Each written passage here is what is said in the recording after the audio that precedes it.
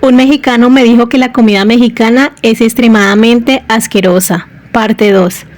Me confesó algo triste. Creció en un hogar donde la comida siempre estaba mal hecha, recalentada, sin sazón, con prisas, sin cariño, y eso lo hizo odiar todo lo que oliera a cocina mexicana.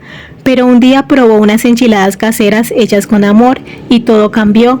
Ahí entendió que lo que odiaba no era la comida mexicana, sino la mala experiencia que tuvo con ella. No siempre rechazamos el sabor, a veces rechazamos el recuerdo. Hoy me dice con orgullo, ahora amo mi comida, me conecta con lo que soy.